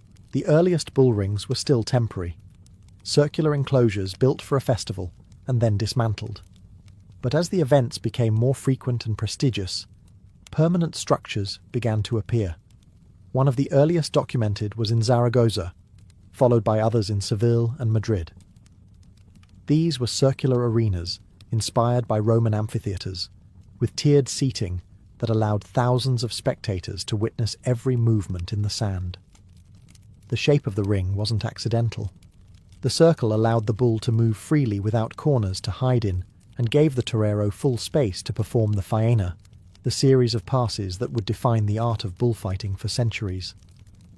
The architecture served the drama, wide enough for spectacle, enclosed enough for intimacy, and always built so that the action remained the visual and emotional centre. Each ring developed its own rituals. Some had royal boxes, where kings and nobles could preside over the event. Others had musical ensembles that signalled different moments in the fight. Flags were raised, drums pounded, trumpets announced the entrance of the bull. It was more opera than sport. Importantly, the rise of the bull ring also shifted the expectations of the audience. No longer were they just witnessing a battle. They were attending a performance. As the seating became structured, so did the event itself. The fight was divided into clear stages, with formalized rules, time limits, and choreography. This standardization turned bullfighting into something larger than life, a national ritual enacted across the country, from grand cities to small villages. The Plaza de Toros was more than a building. It was a crucible. Within its walls, centuries of tradition, myth, and raw adrenaline collided. And as these arenas grew in scale and prestige, they elevated the bullfight from provincial entertainment to a defining expression of Spanish identity. A stage where history, culture, and death danced in perfect, dusty symmetry. By the end of the medieval period, bullfighting was no longer just a pastime. It had become a cultural cornerstone, deeply embedded in the Spanish imagination. What began as scattered rituals, nightly games, and village chaos had transformed into a stylized, ritualized spectacle with clear rules, recognized heroes, and a devoted following. The medieval bullfight left behind more than blood in the sand. It left a blueprint for national identity. The tradition had now absorbed elements from every chapter of Iberian history. From the Romans came the love of the arena and the structure of public performance. From the Moors, the obsession with control, grace, and the aesthetics of confrontation. From the Christian knights, a flair for pageantry, honour, and public bravery. And from the common people came raw emotion, improvisation, and a flair for survival without armour. Together, these forces created a tradition that blurred the lines between ritual, theatre, and combat. Bullfighting became more than entertainment. It was seen as a reflection of the Spanish soul, proud, fatalistic, passionate, and unwilling to turn away from the face of death. By the early Renaissance, bullfighting had moved into the hands of professionals. The medieval knight had hung up his lance, and in his place stood the matador, capes swirling, feet planted, eyes locked with the charging beast. The spectacle had become codified. Roles were defined, stages formalized, and the language of the ring was now as structured as a religious ceremony. But even as the centuries turned, the echoes of medieval Spain remained. The bull still entered to fanfare. The crowd still roared as a man faced death in full view of his peers. The plazas still filled with thousands who knew that what they were watching wasn't a sport. Not exactly. It was a ritual, passed down from generation to generation, with roots deeper than most dared imagine. The legacy of medieval bullfighting isn't just visible in costumes or choreography. It's in the attitude, a defiant refusal to look away from danger, a commitment to style in the face of death, and a belief that courage isn't just physical, but artistic. And for better or worse, it's a legacy that still steps into the ring every time the trumpet sounds and the gates swing open. In medieval Ireland, if a weary traveller knocked on your door, you didn't pause to ask who they were, where they came from, or what they wanted. You opened it. Because in ancient Gaelic society, hospitality wasn't just a virtue, it was a legal obligation backed by one of the oldest legal systems in Europe, the Brehon laws. This wasn't some warm, fuzzy Celtic courtesy. This was serious business. According to the Brehon legal code, every free person was bound to offer food, shelter, and basic protection to guests, especially travellers or strangers. Refusing hospitality wasn't just rude. It was a violation of the law and could lead to fines, loss of status, or public disgrace. A guest under your roof was considered sacred, and for the duration of their stay, you were responsible for their well-being. If they were harmed, insulted, or even made uncomfortable, the blame fell on the host. This emphasis on hospitality was deeply entwined with the structure of Irish society at the time. A decentralised landscape of clans, chiefs, poets, and farmers spread across the hills, valleys, and bogs of early medieval Ireland. There were no state-run inns or royal patrols on lonely roads. Travel was dangerous, shelter was rare. The only thing that kept the wheels of society turning, beyond kinship ties, was mutual obligation. Today's guest could be tomorrow's protector, or bard, or judge. But it wasn't only about safety, it was about honour. In a culture where reputation was currency, how you treated guests mattered. A generous host earned praise, prestige, and spiritual reward. A stingy one earned mockery, fines, or worse, a satirical poem from a bard that could destroy your reputation faster than a sword ever could. Hospitality became a kind of social performance, a ritual of food, warmth, and welcome that said, "You are under my roof. I will care for you. I will." Even fugitive outlaws and travelling poets were sometimes protected under these rules. Refusing shelter to someone who invoked the law of hospitality could mean a breakdown in social cohesion. The guest was not just a visitor. They were a temporary member of your household, placed there by the will of fate and shielded by the full weight of tradition. So yes, in medieval Ireland, you welcomed the stranger, or else. To understand why hospitality was so sacred in medieval Ireland, you have to understand the system that enforced it, the Brehon laws. These weren't dusty statutes handed down from kings or enforced by sword-wielding sheriffs. The Brehon laws were a living, breathing network of customary codes passed down orally and refined over centuries, rooted in fairness, reciprocity, and a shocking amount of detail about things like how to feed guests, where they could sleep, and what to do if someone stole a pig. Named after the Brehons, professional jurists who memorized the laws and acted as mediators, judges, and walking encyclopedias, this legal system functioned without a centralized monarchy or standing army. Ireland wasn't a unified kingdom, but a patchwork of clans, each with its own chieftain, warriors, and farmers. The law was what held it all together, and hospitality was one of its cornerstone expectations. The Brehon Code didn't just recommend hospitality, it enforced it. Entire legal tracts outlined the responsibilities of hosts and the rights of guests. There were laws governing how long a guest could stay, typically 3 nights, what kind of food and bedding should be provided depending on the host's status, and what to do if a guest insulted their host or overstayed their welcome. There was even a legal term for an unlawful guest, heir fortail, someone who abused the rights of hospitality and could be expelled or fined. Why such meticulous attention to house guests? Because in a society without hotels, postal systems, or highways, travellers were vulnerable. A travelling poet, messenger, or monk had to rely on the goodwill of strangers. If one clan started refusing travellers, it disrupted trade, news, and the sacred flow of cultural exchange. Hospitality wasn't charity, it was infrastructure. The Brehons, often attached to noble households or monasteries, didn't just recite laws. They interpreted them, adapted them to context, and ensured they were followed. Their rulings weren't enforced with prisons. Shame and honour were the currency. A host who violated the rules of hospitality could be publicly disgraced, fined livestock, or barred from making future legal claims. So while modern law might care more about contracts and codes, medieval Ireland's legal heart beat to the rhythm of something much older. The idea that every person deserved a welcome, a warm meal, and a roof over their head, because society itself depended on it.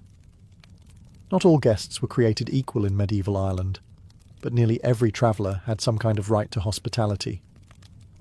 The Brehon laws were surprisingly inclusive for their time, outlining not just the duties of hosts, but the categories of people who could legally expect shelter, food, and safety.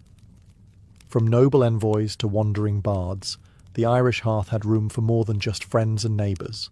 At the top of the list were Aicmafine, members of one's own kin group. If a cousin 3 times removed showed up at your door dripping from the rain and demanding stew, you were legally obligated to let him in. But kinship wasn't the only passport. Travelling poets known as fillid enjoyed near-religious status. Refusing them food or lodging could result in a devastating satirical poem, which in Irish society was considered worse than physical punishment. The satire, or air, was believed to have magical, even legal weight. An insult from a bard could ruin your honour and your standing in the community. Then there were monks and clerics, who represented not only spiritual authority, but often served as record keepers, scholars, and political intermediaries. They too were welcomed as sacred guests, often receiving better accommodations than the average farmer. Refusing them wasn't just socially frowned upon. It could invite church penalties, which in a deeply spiritual society carried serious weight. Interestingly, even criminals and fugitives were not entirely outside the system. If a person was being pursued and managed to invoke the law of hospitality before entering someone's home, the host was legally bound to protect them, at least temporarily. Once inside, they became a senclaith, a guest under the host's protection. It didn't matter what crimes they may have committed, while under your roof they were untouchable. Violating this sacred trust could result in a heavy fine or blood feud. Of course, guests had responsibilities too. They were expected to behave respectfully, refrain from theft or insults, and leave after a reasonable stay, usually 3 nights, unless explicitly invited longer. Overstaying could downgrade you from honoured guest to unlawful squatter, which came with its own set of legal consequences. In essence, hospitality wasn't about kindness, it was a contract. The guest received shelter and food, the host earned honour and legal protection, and society at large kept its wheels turning. And in a world without locks, hotels, or Yelp reviews, that delicate balance was everything. In medieval Ireland, feeding a guest wasn't just expected, it was legally mandated. The Brehon laws laid out not only that a host must feed their guest, but what they were expected to provide, depending on their rank, wealth, and social role. Forget tossing your guest a crust of bread and calling it a day. Irish hospitality was a ritual, and food was at its sacred centre. Let's start with the basics. A guest had to be offered food without grudge or delay. A cold welcome or obvious reluctance could be interpreted as dishonour, or worse, as a breach of law. The type of food and drink served wasn't random either. A chieftain or noble was expected to offer fine meals, roasted meats, milk, ale, and even mead if available. Their status demanded generosity. A farmer or lower-class freeman might serve oatcakes, butter, cheese, and curds. It didn't have to be lavish, but it had to be respectful. The Brehon laws even specified how the food should be served. Guests of equal or higher status were to be given the choicest portions, seated in places of honour near the hearth. You couldn't just dump a leg of mutton in front of a bard and call it generous. Presentation mattered. Symbolism mattered. Food was a performance of status and respect. And of course, there was drink. Mead was the preferred celebratory drink, a honeyed liquor that symbolised abundance and festivity. Ale was more common and widely served. Offering a guest a horn of mead was like offering them your goodwill in liquid form. Refusing to offer drink, or offering poor quality ale to a distinguished visitor, was a subtle insult with legal consequences. Why such attention to detail? Because food was more than sustenance. It was social glue. A shared meal sealed alliances, ended feuds, and confirmed bonds between clans. Even the act of eating together signalled mutual trust. Once you shared a hearth and food, you were no longer strangers. And if a host failed to provide adequate nourishment, they could be fined under the law, or worse, satirized by a travelling poet. A poorly fed guest could legally challenge the host's honour, which in medieval Ireland could cost you land, livestock, and your place in society. So the next time someone offers you a plate of cheese and bread with a smile, just know, in early Ireland, that might have been the law talking. In medieval Ireland, once a traveller crossed your threshold, they weren't just a visitor. They became a temporary member of your household, cloaked in your legal protection. The Brehon laws made it crystal clear. To host someone was to accept responsibility for their well-being, safety, and dignity for the duration of their stay. And if something happened to them under your roof, physically, socially, or legally, that was on you. This wasn't a casual matter. Your home became their sanctuary. If the guest was fleeing enemies, the moment they entered your brúden, hospitality house or home, their pursuers were obligated to halt. The sanctity of hospitality overrode even blood feuds, temporarily at least. The guest became a senclith, a sacred guest, and attacking them under the host's protection was a legal offence, one that could lead to restitution or even full-blown clan retaliation. This protection extended beyond physical harm. Gossip, insult, and public shame were also prohibited. If your guest was mocked or dishonoured under your roof, you could be fined. Not because you said the words, but because you failed to prevent it. The host's role was that of guardian, moderator, and provider. Their household, no matter how humble, became a temporary court of civility. Even the sleeping arrangements carried legal weight.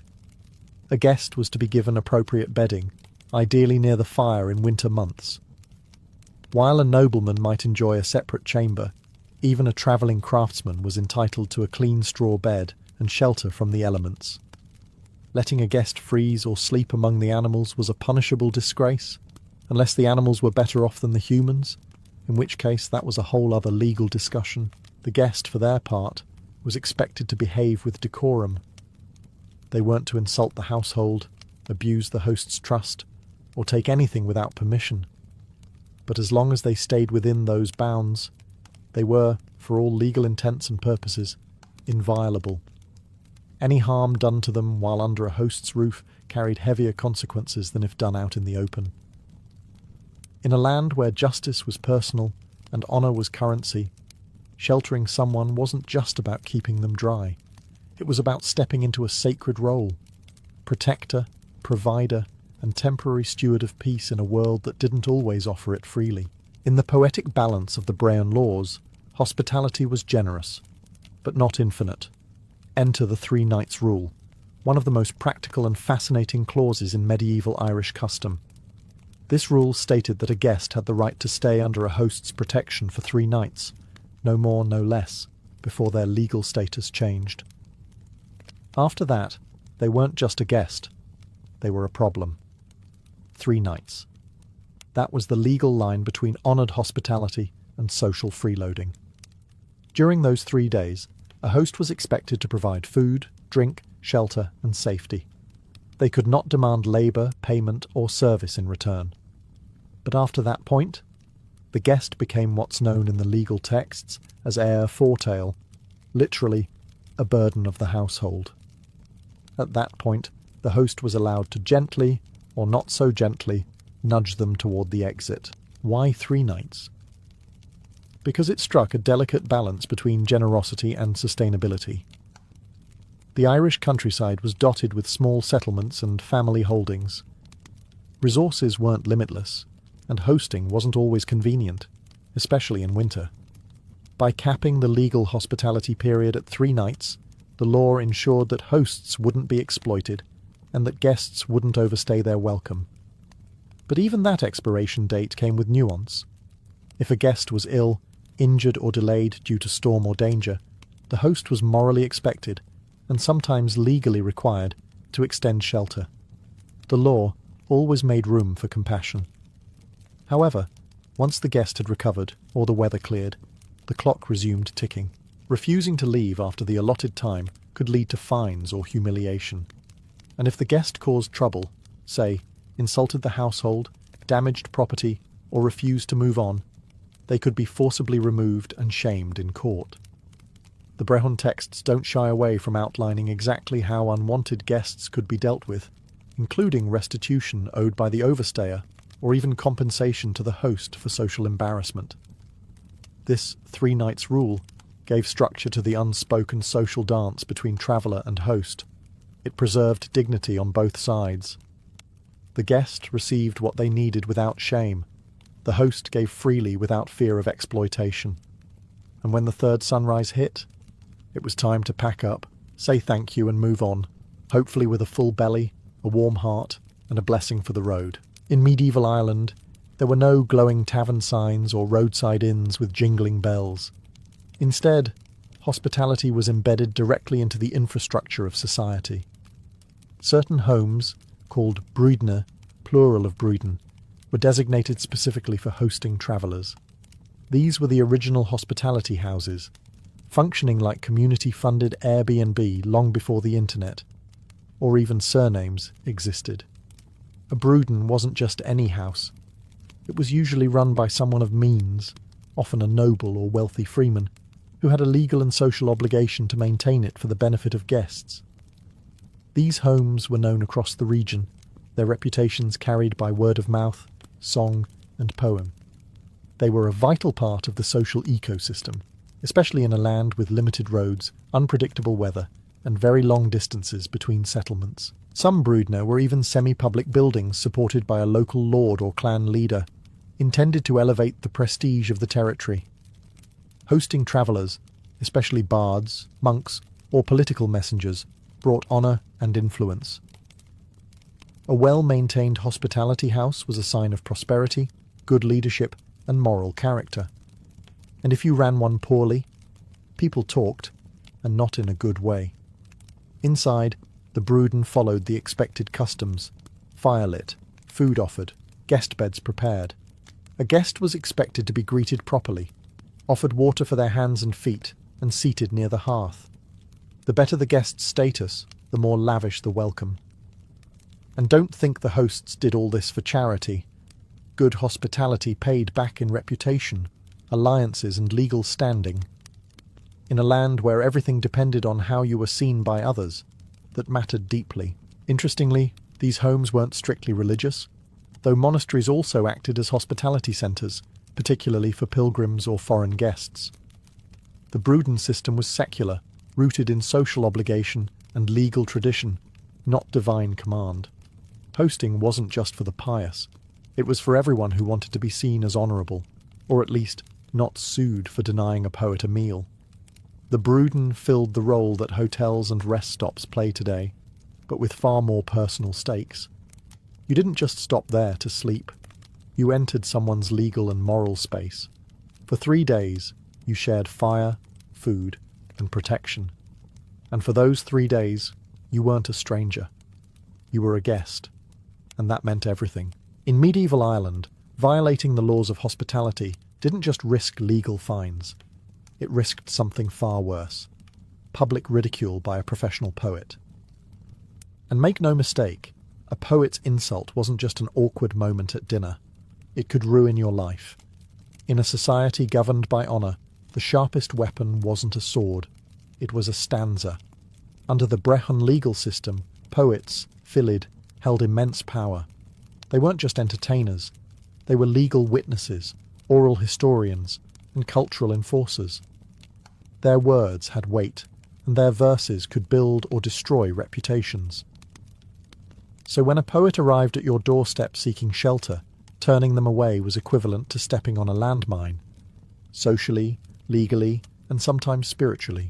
This is where the infamous air comes in, the satirical poem or curse.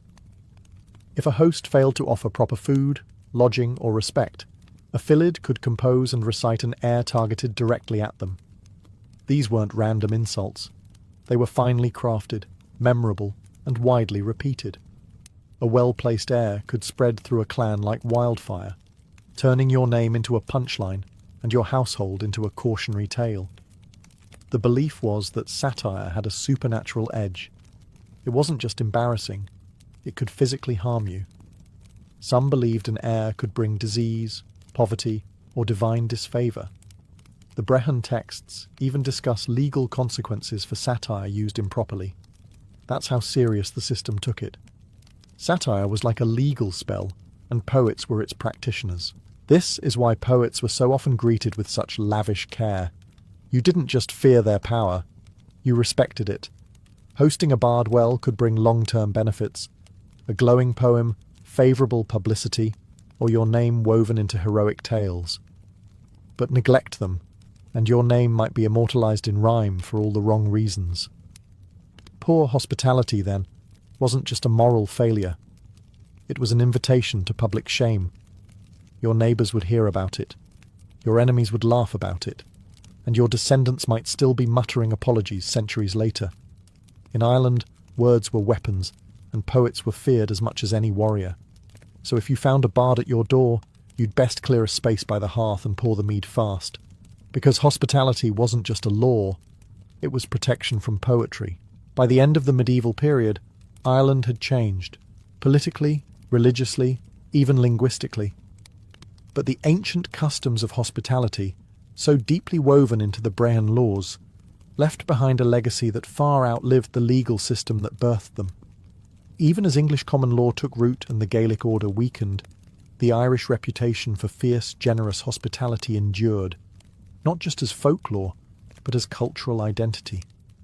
What made Irish hospitality so distinct wasn't just the food, or the fire, or the legal obligations. It was the idea that every person, no matter their origin, carried dignity simply by being a guest, that a stranger could be sacred.